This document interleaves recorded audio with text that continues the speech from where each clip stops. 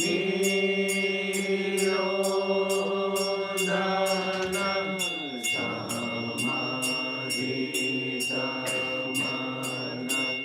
निरचितव कृपा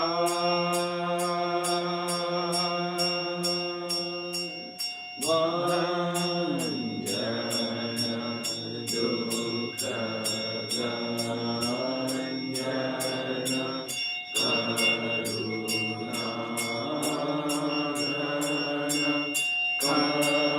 कर्म कठोर प्राणार्पण जगत्तारण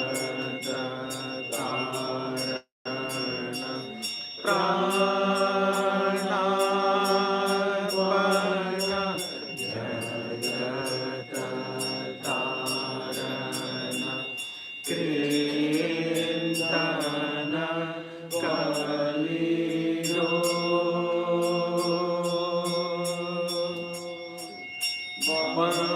वञ्जन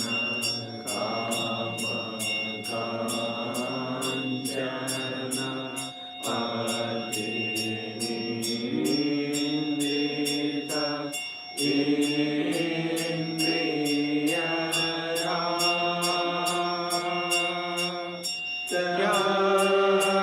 नरवर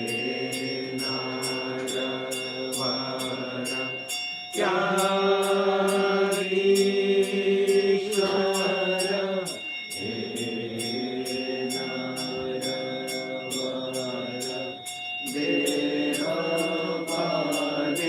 अनुराग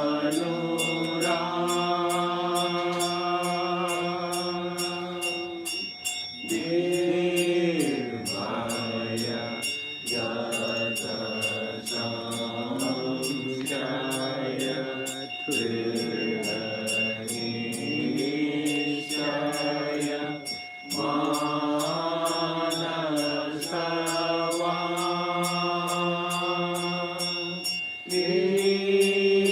निष्कारण भगत शरण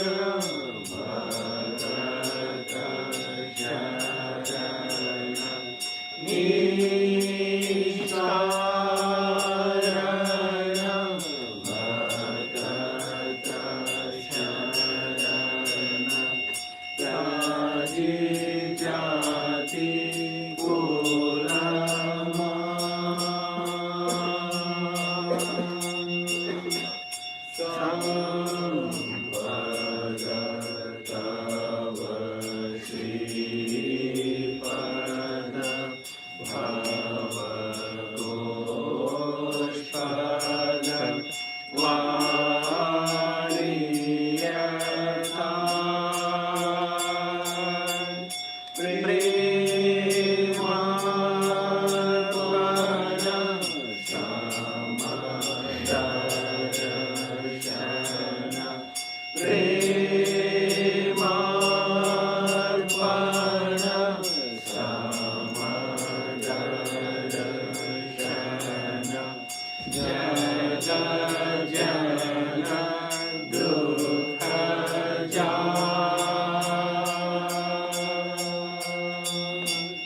संपद तव श्रीपद भवतोष्पद वारियता प्रेमार्पण समदर्शन प्रेमार्पण समदर्शन जग जन दुःख जा Namo Namo प्रभुपाद्यमनाय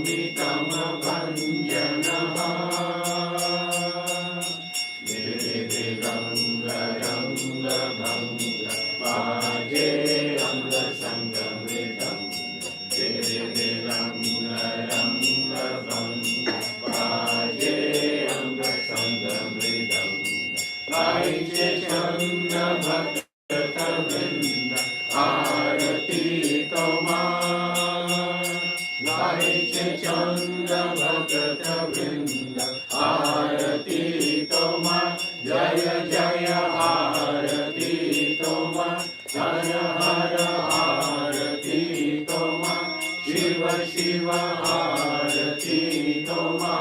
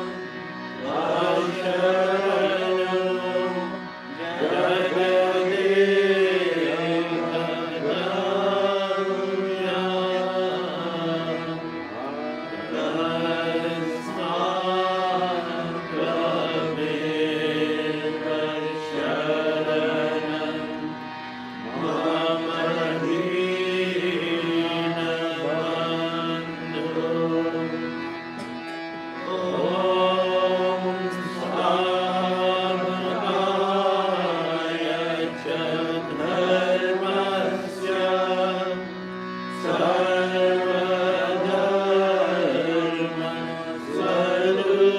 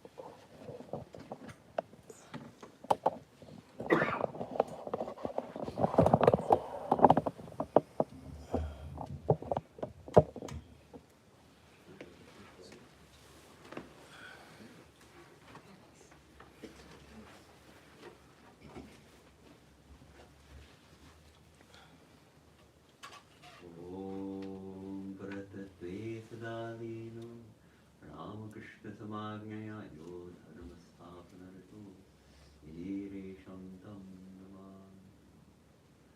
He who was absorbed in the highest truth, but by the command of Sri Ramakrishna came to establish Dharma here, to that Lord of Heroes, the Swami Vivekananda, do we bow down in veneration. That was wonderful, thank you. The singing is becoming great. It was really nice to have everyone singing together in tune and in time. These beautiful hymns, so that's wonderful. A note of protocol, when we come, particularly when we come for the silent meditation period, please, please, please try to remember to silence your phones. And if by any chance your phone should not have been silenced and it makes a noise, that should be your clue that at that time, put it on silent, so that it doesn't happen a second time. Once is forgivable, the second time one starts to get annoyed. People start to get annoyed. So that's the thing. So our topic today is the letters of Swami Vivekananda. Now, probably most of you are aware that Swami Vivekananda wrote some letters. Actually, he wrote a lot of letters. We don't know how many he wrote, but we have currently, I can look at the very end of this collection here to see how many letters we have. We have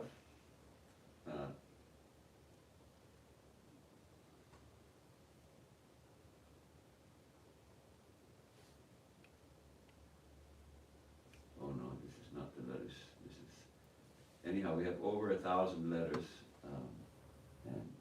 Oh no, not 1,000. 850. We have 815 letters of Swami Vivekananda still extant. Surely at least half of them were lost, maybe more, who knows. But fortunately, some people saved the letters that he wrote them. And they were published as they were found. So in, I think, is it the 4th or 5th volume of the complete works of Swami Vivekananda, we start to find the letters published in chronological order, those that were found.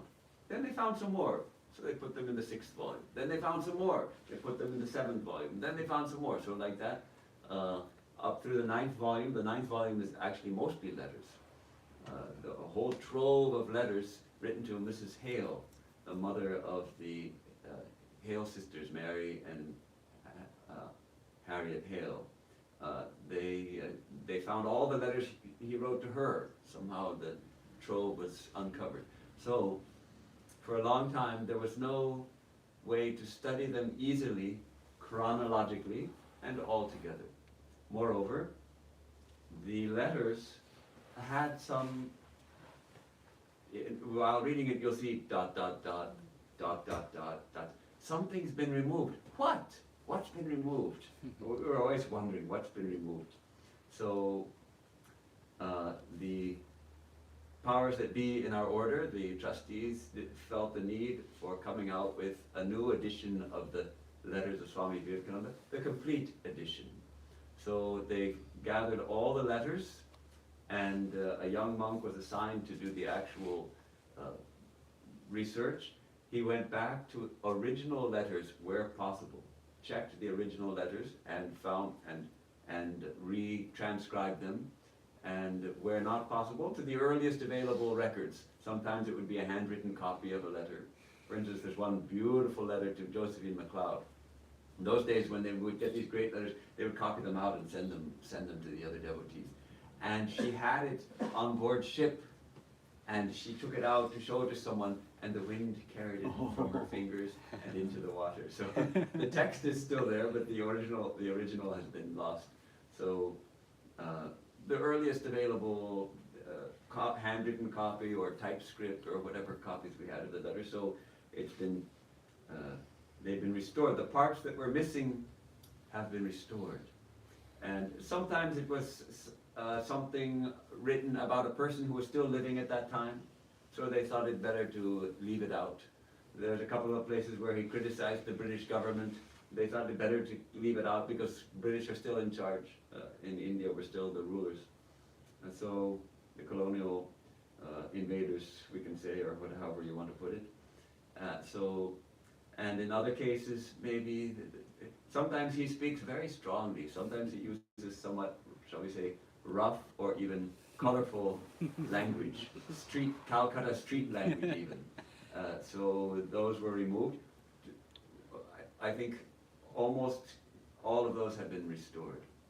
And the letters that were written in Bengali have been retranslated. So they're a little more accurate to the original, and also the missing portions, a lot of missing portions from the Bengali letters have been restored. So it's a wonderful study. And what do we find in this? It's been published as a 4-volume set, 4 big books like this, full of also historical notes and explanations about the recipients. Who is this particular recipient? So it's a wonderful study. We get a sense of Swami Vivekananda not just as a great teacher, but as a man involved in humanity, a man who cares deeply about individual human beings also, and writes to them often very personal letters. We also get a sense of his development as a thinker and as a prophet. Gradually he becomes aware of his mission. He knows he has a mission, but what exactly it is, he's not sure right at the beginning. And he still hasn't settled in his mind all the philosophical questions that he has. So the early letters, he writes a number of letters to Pramadadas Mitra, a great Pandit of Kashi, and writes to him questions. Well, what the Vedas say this, Shankara says this, what do you think? How do we reconcile these points? So he's actually still working on his understanding. And then, of course, later we find him in full command of his understanding and spiritual power and tremendous compassion also. So we see all these different sides of Vivekananda, and it's also a study of history, because he travels all over the world and writes letters from wherever he is and describes some of his experiences. So, for instance, his experiences in the early days in Chicago, he's written about many of those, so we have them direct from his pen. So it's tremendously inspiring for students of Swami Vivekananda. It's a great new resource that uncovers all kinds of new ideas and also gives us a complete picture of all the letters. And while we, on the one hand, we lament that so many letters have been lost, and also that with few exceptions, we don't have any of the letters that people wrote to Swamiji. Because in those days, most people would destroy letters after reading them. After reading them, they would reply, and after replying, they would destroy them, except for letters coming from someone like Swamiji. Some people would save letters, of course, but a monk like Swamiji, he was not one to save anything. He found it very difficult to keep his personal belongings. In fact, if someone would admire something of his, he would give it to them, typically. And he was constantly giving.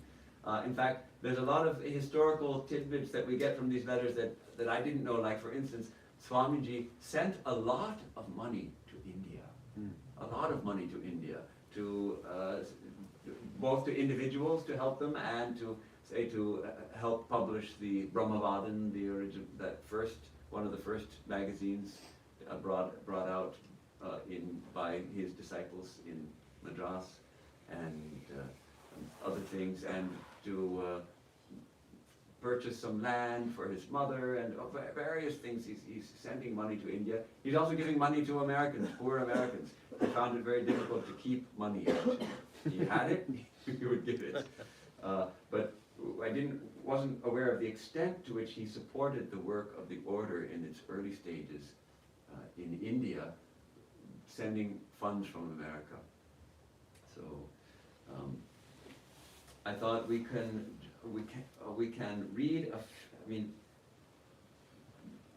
read more than just a handful of letters here together tonight. But just to give you a taste of some of the letters and how they're put together, let's look at a few of these. And I think we can start with let's start with the very first letter we have on record here. And that is written when Swamiji is still a wandering monk. And this is interesting. It's the letter to Mahendranath Gupta, the recorder of the Gospel of Sri Ramakrishna, written from Anandpur, which is the birthplace of Swami Premananda. So he must have gone to Anandpur for, let's see if there's anything written here about that. So the date is February 1888. They don't have the exact date, but there are extensive footnotes here, and the footnotes also indicate how a date was assigned if there's no date on the letter. Sometimes there was a date on the envelope, or sometimes things are mentioned in the letter that places it at a fairly exact time. And other times they have to estimate, but typically they can get at least about a month, within a month of when he wrote it. So apparently in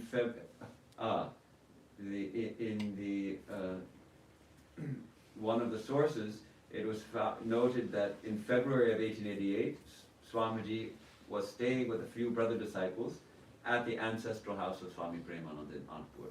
So he writes to M, "Dear M," and he writes this in English, "Dear M, I thank you 100,000 times, Master. You have hit Ramakrishna in the right point. Few, alas, few understand him. Yours in service, Narendranath." He used to sign in those days sometimes Narendranath, especially to people whom he knew as before he became a Swami. And actually his name had changed a number of times. Perhaps, probably one of the first names he had was Satchidananda. And Vivekananda he assumed only shortly before going to the West. And he used to change his name when he was wandering and didn't want to be followed by his brother disciples to remain anonymous. He would change his name from time to time. So Vivideshananda was another name he used for some time. And then there's a P.S. My heart leaps with joy, and it is a wonder that I do not go mad when I find anybody thoroughly launched into the midst of the doctrine which is to shower peace on earth hereafter. It's a very short letter, but here already at this young age we find he's no longer the young Narendranath. He already has this tremendous heart. How beautiful. Now, what is he writing about? He's writing about M's first draft or first writings of the Gospel of Sri Ramakrishna. Nothing has been published yet. He wrote some pamphlets. He sent them around. He actually wrote the very first edition of the Gospel of Sri Ramakrishna was in English, not in Bengali. Oh, The first edition he wrote in English, and he used actually biblical language, the King James Bible type language, full of these and thous, and it's quite a slog to read it. And then afterwards, a second edition of that book that first edition was released, putting it into more modern English. And that is more or less equivalent to the volume 1 of the Bengali Kathamrita. However, it's interesting to read that because here and there are a few things in the English that you don't find even in the Bengali. And one of them is that line when M first comes to Sri Ramakrishna and M tries to argue with Sri Ramakrishna, and then Sri Ramakrishna just crushes his ego, and at the very end of that exchange, M writes, and it's in this language, it's only in the English one, so far as I know. He says, this was M's first argument with the Master, and happily, the last. So I saw that in the English version of Swami Nikhilananda, but then when I looked at the Bengali, it wasn't quite there in that form. That very phrase, happily the last, wasn't there. I thought, why did he make that up? Then I saw M's original English version, and there is where it is. So Nikhilanandi also consulted the English one. So it is still in print. It's now published as the condensed Gospel of Sri Ramakrishna, a strange name. It's simply the first volume that M wrote in English, so it's also interesting to read that. The second volume was translated into English by someone, I think by Swami Mahayogananda primarily, in the early days, and M hated it. He didn't like it at all. He said, though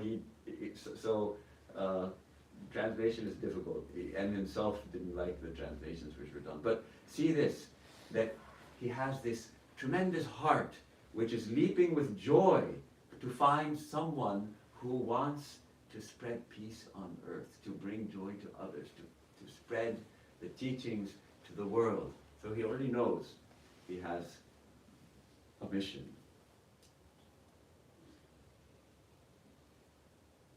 And we can look for,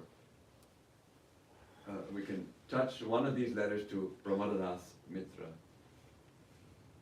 one that is a little bit interesting.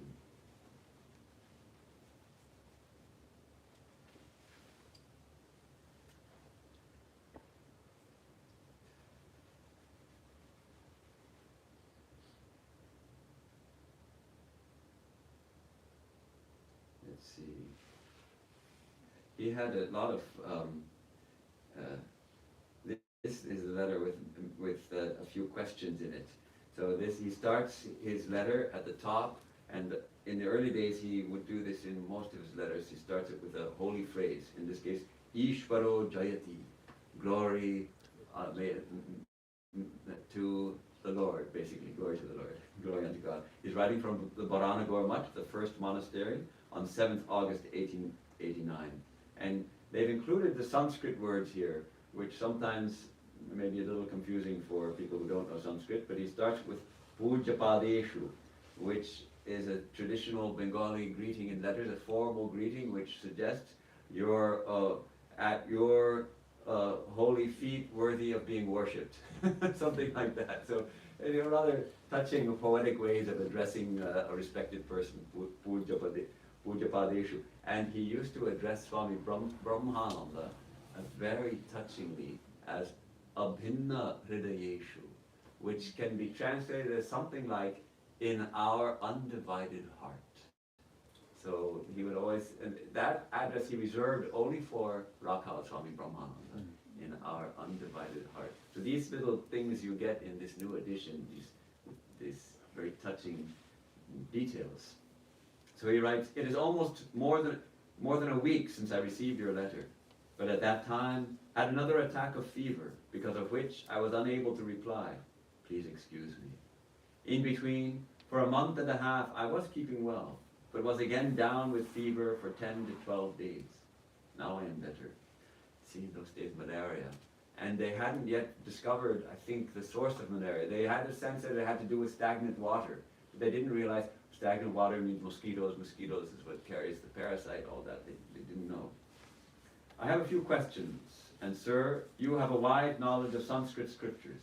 Please oblige me with the answers." And alas, we don't have his answers. "Does any anecdote on Satyakama, son of Jabala and Janashruti, occur in any part of the Vedas except in Chandogya Upanishad?" That's his first question. So interesting, he's studying scriptures, clearly, and he's thinking about them deeply and wondering what, if there's any other place. Shankaracharya, in his commentary on the Vedanta Sutras, wherever he quoted Smriti, that means when he quoted the scriptures known as Smriti, like Puranas. Puranas? Mahabharata, Ramayana, Puranas, all those things fall under Smriti, I think. Right, the Shruti is the Vedas and Upanishads only, and so the others are Smriti. In most cases, he cited the authority of the Mahabharata, but in the Ajagara Upakhyan, in Bhishma Parva, and in Uma Maheshwara Samvad, the conversation between Uma and Shiva in Vana Parva, it has been established that the caste distinction is based on qualification, therefore not hereditary. Has he made any mention of that in any of his books? Because Swamiji was also struggling with this idea of caste, and he ended up not fully accepting Shankaracharya's conclusions. It is found in certain areas, not in terms of his conclusions of the Advaita Vedanta, but in certain other areas of caste and things like that, he didn't agree with Shankara. But now he's figuring all that out. 3. The doctrine of caste in the Purusha Sukta, that's from the Rig Veda, is not hereditary. So in which parts of the Vedas has this doctrine of caste been made a matter of successive hereditary transmission? Number 4. The Acharya, means Shankara, could not give any proof from the Vedas that the Shudra should not study the Vedas. He only quoted Yajne Navakliptaha, which means the Shudra is not conceived of as a performer of yajna or Vedic sacrifices from Taittiriya Samhita. And said that when the Shudra has no right to perform yajnas, evidently he is not entitled to study the Upanishads and the like. So he's finding some inconsistencies. However, the same Acharya himself stated regarding Atato Brahma Jignasa, which is the first line of the Brahma Sutras, hence therefore commences the inquiry into Brahman, that the word Atha does not mean Veda Dhyanana, Veda, it's complicated enough for me, Veda Dhyananad Anantaram, subsequent to the study of the Vedas. Because there's no proof in support of the fact that the study of the Upanishad is not permissible without the prior study of the mantra and Brahmana parts of the Vedas. Besides, there's no intrinsic sequence between the Vedic Karma Kanda texts and the Vedic Jnana Kanda texts. Okay, so he's talking about, apparently it was considered that before studying Upanishads, you have to study the Karma Kanda, the mantras and the Brahmana parts of the Vedas. There's different parts of Vedas, and Vedanta is established on the Upanishads, which typically occur at the end of the Vedic texts, and these other portions. But he said, Swamiji is noting, he's not finding any proof that that's a requirement in the Vedas themselves. So, and that they don't follow one from the other. So he's pointing out, so why are these silly rules? These rules don't seem to be based on the scriptures. Therefore, one may attain the knowledge of Brahman through the study of the Upanishad without having studied the ritualistic parts of the Vedas. So, if there is no sequence between yajna and jnana, then why does the Acharya contradict his own statement by inserting the clause Nyaya Purvakam in the case of the Shudra, which is 56, by the force of the same logic? There's a long Sanskrit text here. Shankara's commentary on Brahma Sutra 1.3.34. So he's going through the entire Brahma Sutra here, and obviously reading Upanishads and all of that. So he asks, why should Shudra not study the Upanishad? And of course later he broadcast the teachings of the Upanishad to everyone, and now they're easily and readily available. I'm sending you, sir, a book named The Imitation of Christ, written by a Christian monk. It is a wonderful book. One wonders that such renunciation, detachment, and servant-like attitude existed even among the Christians. Perhaps you have read this book before. If not, I will be ever obliged if you read it. Yours in service, Narendranath. This letter was written in Bengali, hence all the Sanskrit and all that. So here we get a taste of Swamiji as a young monk, deeply immersed in study of scriptures. Of course, we know that he's also practicing intense spiritual disciplines, and he is also, he's got a very broad mind, because he's wondering, what is this rule that certain people, just because they were born in a certain family, they shouldn't study script, Upanishads? And first of all, where did that rule come in that your parents determine your caste? Wasn't it originally based on your own qualities, your own, what you are like? Your own gunas, what tendencies you have, that determines your caste. And now it's just hereditary. Where is that in the scriptures? Show me. I want to know. So wonderful questioning mind. And then, where does it say that the Shudras shouldn't study, or other people shouldn't study scripture? It doesn't. I don't find it anywhere. So what's all this? Now, Brahmadas Mitra was a very orthodox, so it would have been interesting to see his reply. And sadly, or as it happened, Vivekananda and Brahmadas Mitra had a sort of falling out or a parting of ways. There was so many close letters where Swamiji expresses so much reverence for him and devotion and love, and also receives his love. And then, towards the end of their correspondence, Swamiji requests him for help to found a monastery on the bank of the Ganges for the brotherhood, and to inter the cremated remains of their guru, Sri Ramakrishna. And we don't know the answer, but Brahmadas Mitra likely wrote something like, "You all are sannyasins, what are you bothering about that? You're supposed to wander around and study the scriptures and whatever, and that's all." So he wrote a very cool letter, something like, "Yes, I suppose you may also be right," and that was the end of their correspondence. So, until many years later, he writes one more letter to him, a fairly harsh letter actually. On the one hand, expressing the old affection, but also having some critique there. So that is, there's quite a number of letters to him. But Swamiji, what year was this, you said? 89? 86. No, it was 1889. So he was 26? Swamiji would have been 63 to 83, 6, 89, 26, 26 years old. In just, if you just think about it, in just 4 years he was in America, 4 years from now, from this point. So the amount of absorption, the amount of deep thought and study and tapasya and wandering he did in those 4 years is tremendous. It's just tremendous. So that you get a sense of that reading some of these letters. So let's move forward to quite a distance, because we want to get a taste of different kinds of letters.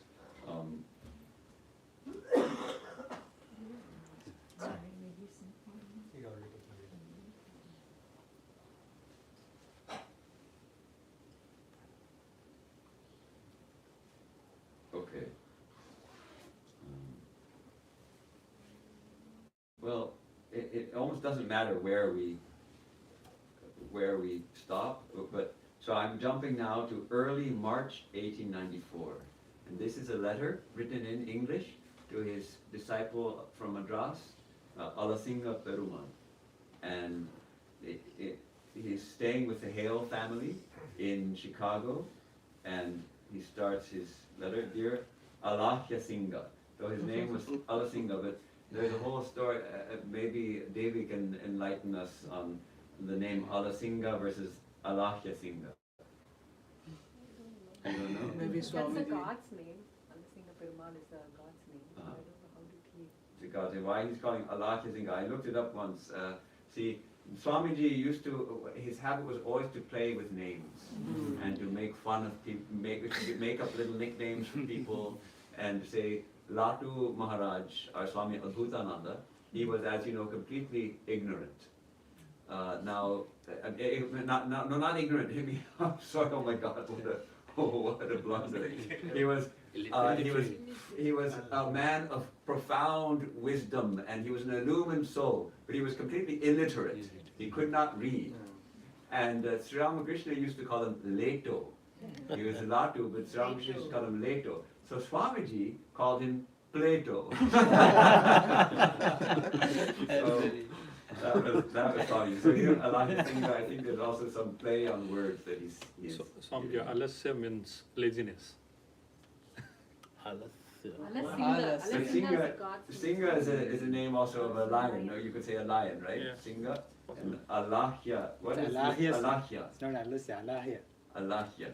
Alhasya. Alahya. Alahya. Alahya. Yeah, Anyhow, it's we not have to look that up again. So your letter just to hand.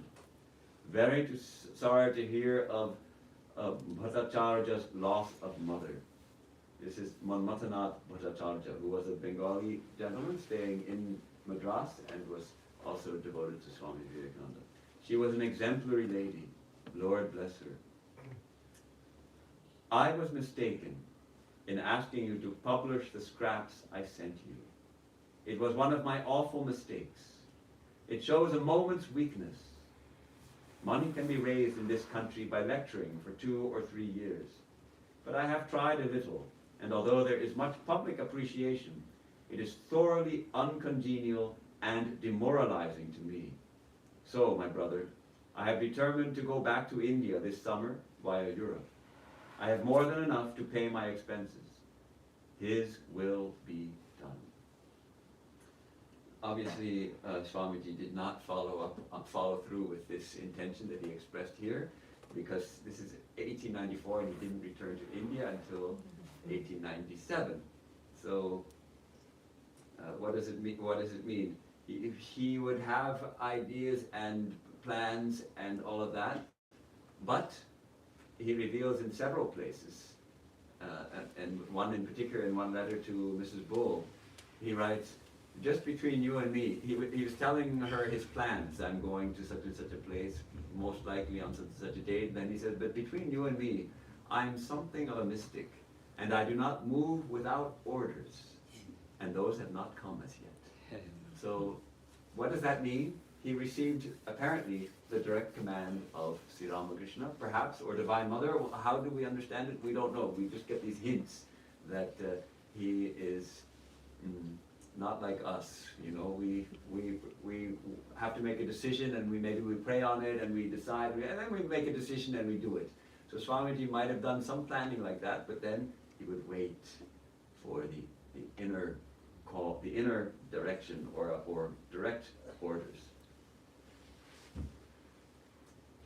And it's interesting how he regrets having sent some scraps probably from the newspapers praising him, and he sent them to Alasinga. Afterwards there was a lot of newspaper blazoning, and Swamiji got completely fed up with it. But he realized also at the beginning that it was necessary. Because Swamiji faced a lot of difficulties here in America. One of them was his old friend and co-Brahmo Samajist, Pratap Chandra Mazumdar.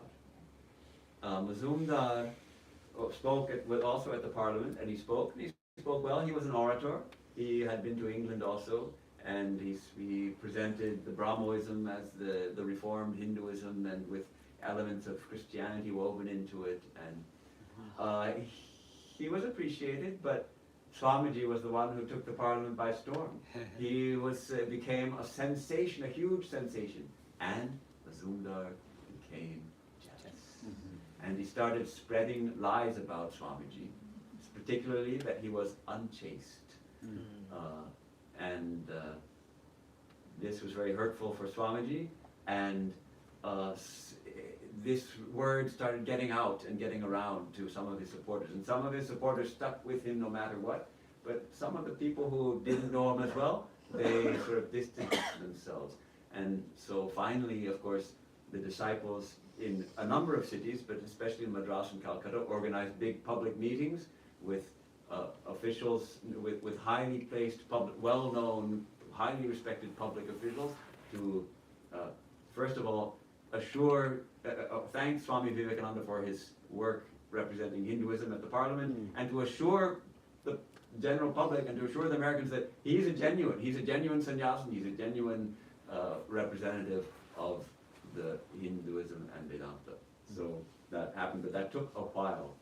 And in between, Swamiji suffered quite a bit with, while not defending himself, because the sannyasin is not to defend himself, but he did ask his disciples to do something.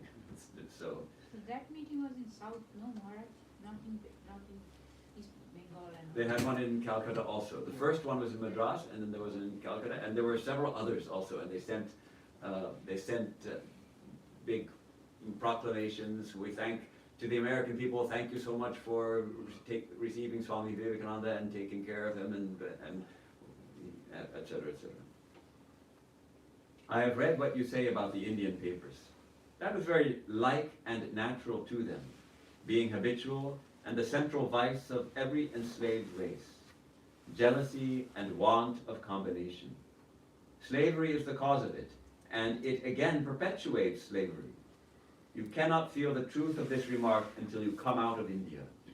The secret of the Westerner's success is this power of combination, and the basis of that is mutual trust and appreciation. And the more the nation is weak and cowardly, the more is this sin visible. No calumny is without some basis, however tortured. And the anathema of Macaulay and others against the Bengali, I feel now after coming over here. They are the most cowardly and therefore the most addicted to jealousy and scandal mongering. So it's interesting that this jealousy, which he saw so much in Mazumdar and others, is actually because the whole people are pushed down. They're actually in a kind of slavery under the British rule. And so when that's the case, apparently, at least in Swamiji's view, when one person rises up a little in spite of the slavery, all the others try to pull him down. So, and he even scolded his brother disciples about that. And maybe we shouldn't praise monks, and it said don't praise a monk until he's left the body. There's a Bengali couplet. What is it? Who knows that? That ashes. Yeah, when a monk's body has become a handful of ashes, then you sing his praises. But the Swami Sarvadevananji, I've watched him closely in Hollywood, and I find him to be completely without jealousy. That's one of his great, wonderful qualities. And as you may know, when we had Swami Sarva Priyananda, when he came to this country, he first came to Hollywood. Now, he's a very gifted speaker and charismatic and a big draw. So Swami Sarvadevananda's Tuesday night class, at that time there were maybe a dozen people coming for the class. And then Swami Sarva Priyananda came and he started giving a regular Tuesday night class. And 60 people would come. 75 people might come. And what's Swami Sarvadevananji doing? He's sitting in the class, attending this very, very junior Swami's class, and praising, saying, wonderful, look how many people are coming. Well, what a beautiful class. This is so wonderful. I couldn't detect any jealousy. That is wonderful. I don't know if I had been in his position, I don't know if I would have been maybe like, what? My class only 12 and now, what about me? That's a natural human tendency. He doesn't have that. So he's a wonderful example for overcoming jealousy. And it's something we all need to work on, obviously. My brother, you ought not to expect anything from this slavish race. The case is almost desperate, no doubt. But let me put it before you all. Can you put life into this dead mass? Dead to almost all moral aspiration, dead to all future, and always ready to spring upon those that would try to do good to them? Can you take the position of a physician who tries to pour medicine down the throat of a kicking and plunging child? Obviously referring to Sri Ramakrishna's story of the superior physician who, if the patient doesn't want to take the medicine, will force it down his throat. So he speaks again and again about uplifting the masses. As to the Amrita Bazar editor, that hypocrite was soundly rated by my late Gurudeva. Since then, he cannot bear our shadow even. Rated, I wonder if it was berated. But an American or a European would always support his countrymen in a foreign country. Whereas the Hindu, especially the Bengali, would see him dishonored and be pleased. But you are not to pay any attention to these. Let me remind you again, thou hast the right to work, but not to the fruits thereof. Of course, quoting the Gita. Stand firm like a rock. Truth always triumphs. Let the children of Ramakrishna be true to themselves, and everything will be all right. We may not live to see any outcome, but it will come, as sure as we live, sooner or later. He gives this tremendous encouragement to us and to all of us. Stand firm like a rock. Truth always triumphs. Let the children of Ramakrishna be true to themselves, and everything will be all right. Inscribe that on our hearts. What India wants is a new electric fire through the national vein. This was ever and always will be slow work. Be content to work, and above all, be true to yourself. Be pure, be staunch, and sincere to the very backbone, and everything will be all right. If you have marked anything in any one of the disciples of Ramakrishna, it is this: they are sincere to the backbone. I will be quite content to die if I can launch 100 such men over India.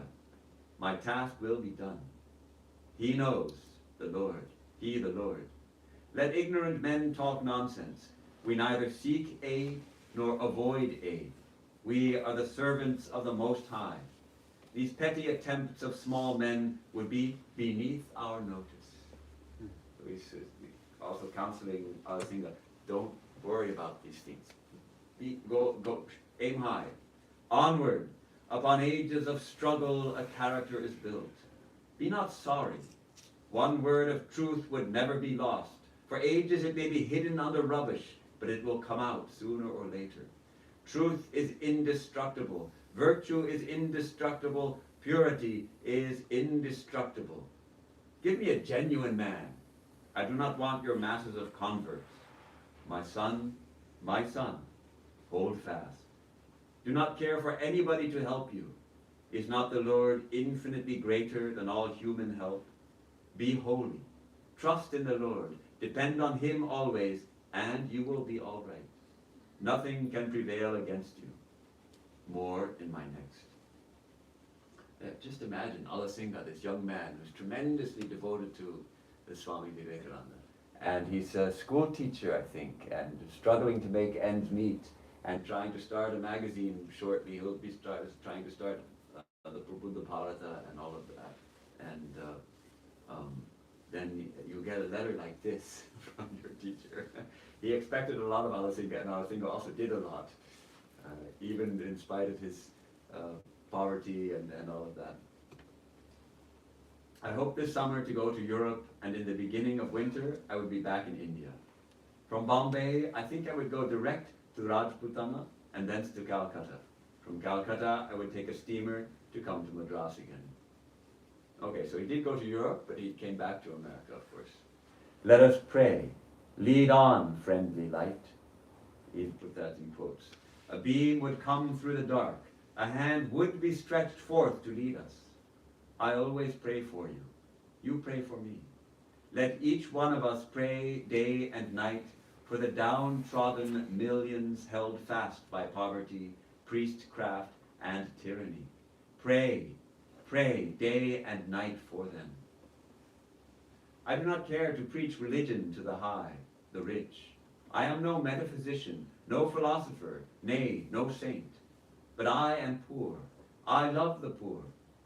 I see the poor of this country. What immense difference, and still how many to feel for them. Who feels for 200 millions of men and women sunken forever? Where is the way out? Who would feel for them? They cannot come to light, to education. Who would bring the light to them? Who would travel from door to door, bringing the light to them? Let these be your God. Think of them, work for them, pray for them incessantly. Lord will show you the way. Him I call a Mahatma, a great soul, whose heart bleeds for the poor. Else he is a Duratma, a wicked soul. Let us send our joint will, combined prayer to do good to them. We may die unknown, unpitied, unbewailed, unaccomplishing anything, but not one thought will be lost. It will take effect, must, sooner or later. My heart is too full to express. You know it. Imagine it. So long as the millions live in hunger and ignorance, I hold every man educated at their expense and not paying the least heed to them a traitor. So long as 200 millions are no better than hungry savages, and the rich who have got all their money by grinding their faces, strutting about in their finery, and do not do anything for them, I call them wretches. We are poor, my brothers, we are nobodies, but such have been always the instruments of the Most High. Lord bless you all. Lord bless you all. With all love, Vivekananda. P.S. If you have not printed anything, pray stop it. No more notoriety. So, what a beautiful passage. This is in early March 1894. And the work has not really started yet. He's just, and yet he's already has this vision, and he's pouring this inspiration into Alasinga. Okay, well, we almost finished an hour already. Let's shift quite a bit forward.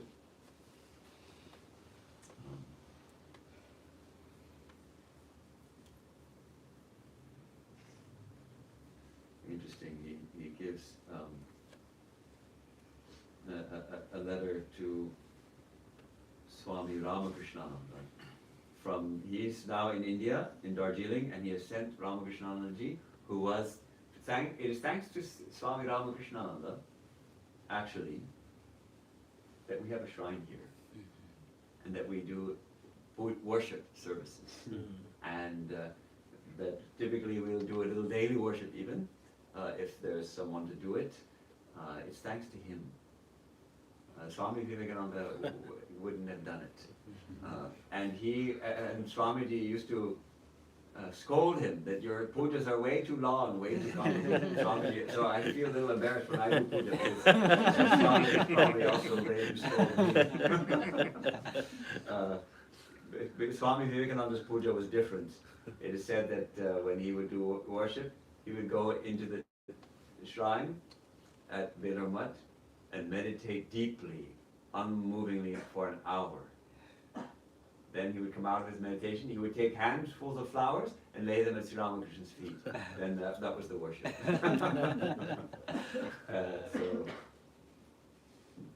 So I won't read the whole letter, but I'm just going to read some excerpts here. Dear Shashi, first letter to him in Madras. All of you must have reached Madras by this time. Biligiri is certainly taking great care of you, and Sadananda is serving you. Worship, etc., this is translated from Bengali, by the way. Worship, etc., should be done in a completely sattvika manner in Madras. There should not be even the slightest touch of rajas or tamas. Perhaps Alasinga has reached Madras by now. Do not enter into dispute with anybody. Always maintain a peaceful attitude. He's giving him his first instructions for starting the work in Madras.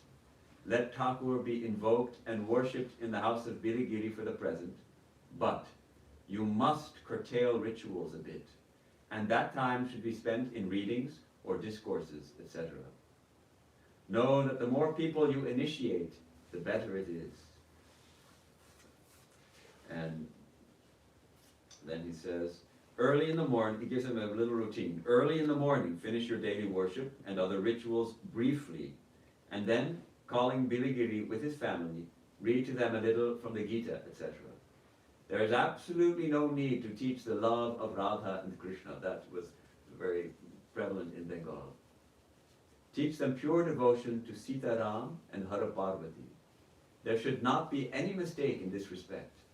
Know that the episodes of the Radha Krishna Leela are like poison for young minds. Especially Biligiri and other followers of Ramanujacharya are worshippers of Rama. Their innate attitude of pure devotion should never be disturbed. In the afternoon, give some spiritual teaching like that to the general public. Thus, gradually, Parvatam api langhayet. Even the mountain should be crossed. An atmosphere of perfect purity should always be maintained. Not even the slightest trace of Vamachara should sneak in. Vamachara is the left-handed tantra, which allows the free mixing of men and women, etc.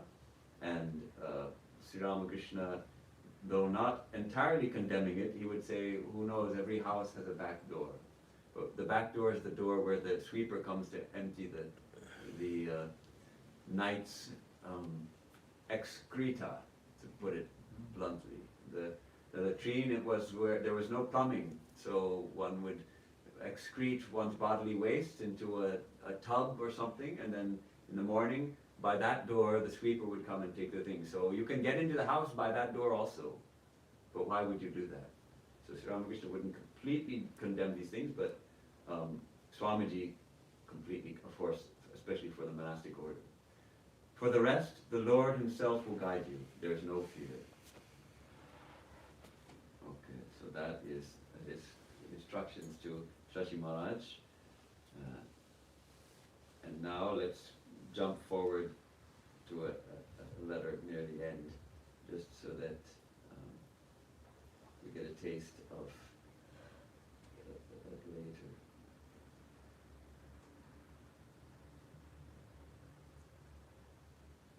A letter to one of the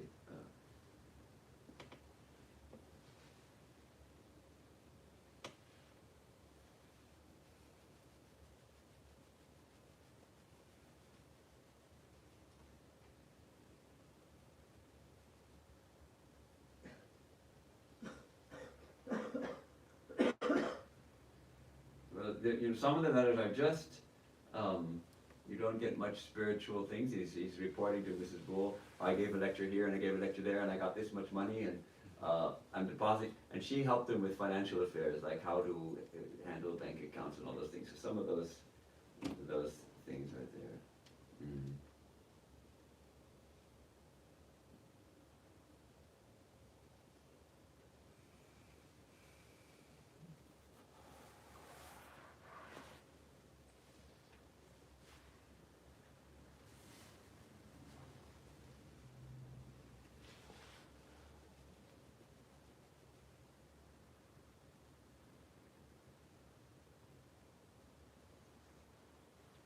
All right, well, here's a short letter to Miss Mary Hale, his American sister. And we find in these letters so much affection and love and teasing. And interestingly though, Swamiji almost always in his letters to Mary, in addition to his brotherly affection and and a lot of joking oftentimes, he also slips some deep teachings. And without forcing it, but he always would slip these deep teachings to Mary. And we're so grateful that we have these letters. It's interesting to note that Mary, after Swamiji died, you know, he was always teasing her about not finding a husband. They had to find husbands, and it was a big job. And who was her sister, or some of the sisters found husbands, but she wasn't getting one. She finally married an Italian aristocrat, far older than her, who had a big estate somewhere in Italy. And she moved to Italy, and then he died after 10 years or something, and then she lived the rest of her life managing this big estate in Italy.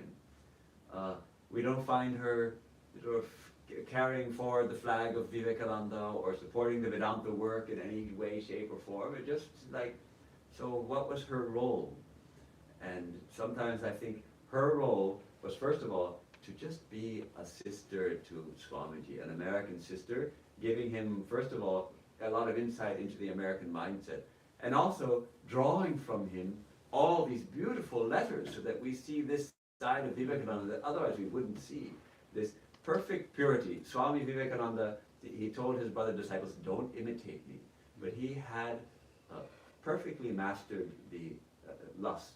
So there was no tinge of the physical in his relations with these young women, though they were not much younger than him, just maybe 2-3 years. So for most people, that could be considered somewhat risky. But Swamiji had gone beyond all of that. So, dear Mary, he's writing from San Francisco. Dear Mary, how are you? How is mother and the sisters? How are things going on in Chicago? I'm in Frisco and shall remain here for a month or so. I start for Chicago early in April. I shall write to you before that, of course. How I wish I could be with you for a few days. One gets tired of work so much. My health is so-so, but my mind is very peaceful and has been so for some time. I'm trying to give up all anxiety unto the Lord. I am only a worker. My mission is to obey and work. He knows the rest. Then he puts in quotations, giving up all vexations and paths, do thou take refuge unto me. I will save you from all dangers. Then he puts dash Gita. I am trying hard to realize that. May I be able to do it soon. Ever your affectionate brother, Vivekananda. It's interesting. The Swamiji, in this later part, we find sometimes he did express a lot of mental anguish. And how is that possible? He's an illumined soul. He's ever aware of his own true nature. Of course, Sri Ramakrishna did say that Mother kept a thin veil over his knowledge so that he could do her work. Otherwise, he wouldn't do the work. And this was the thing, setting in motion the work in India. And of course, setting the work also in America, but it was mainly the work in India, that the brotherhood, the order, all of that, putting it all on a solid footing. So sometimes he would have mental anguish or anxiety even, and so if even Swami Vivekananda can have anxiety, then if we have it a little bit, let it be suffused with thought of the Lord, let it be suffused with that divine resignation. I'm trying hard to realize that. Of course, he also would have these tremendous ecstasies, and some of the letters, we didn't find that letter, but some of the letters express this incredible ecstasies that he would have, that he's writing.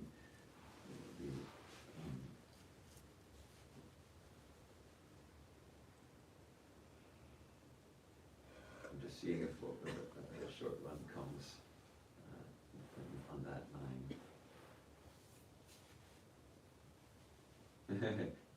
Let me just read this one, then we will close it.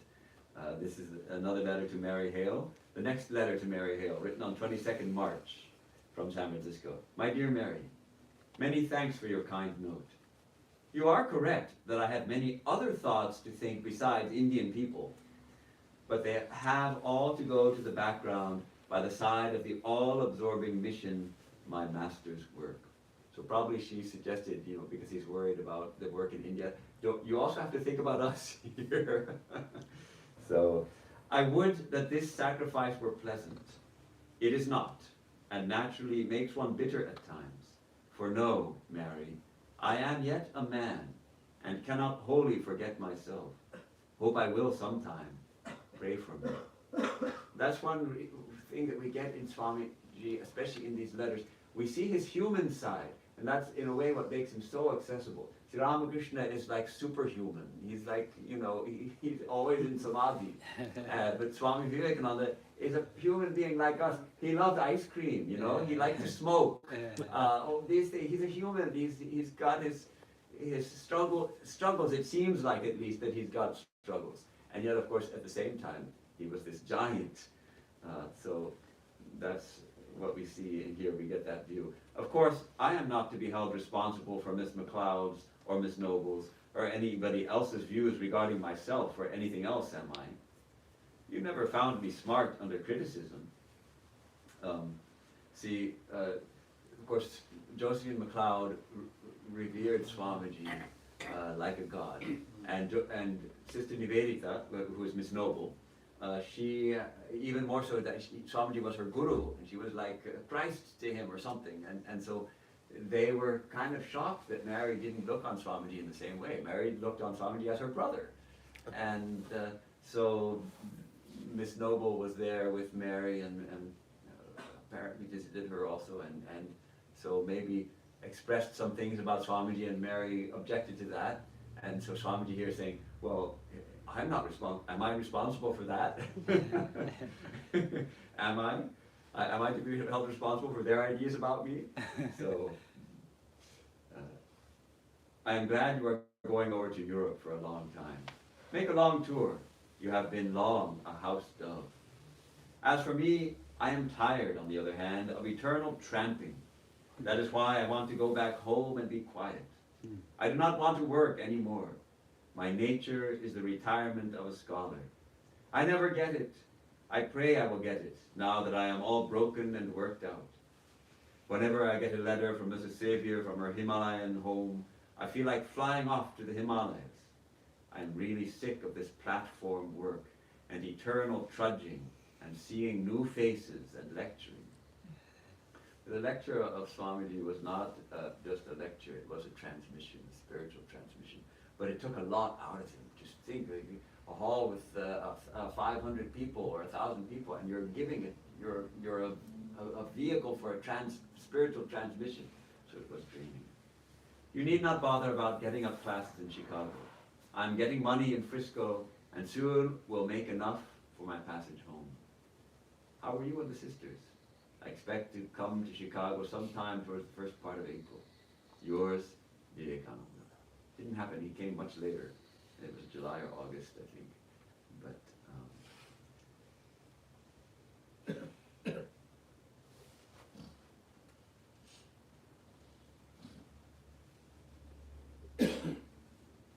to Sister Christine, one to Sister Christine, because he has this line. 25th March 1900, my dear Christina, I'm sorry you are in despondence.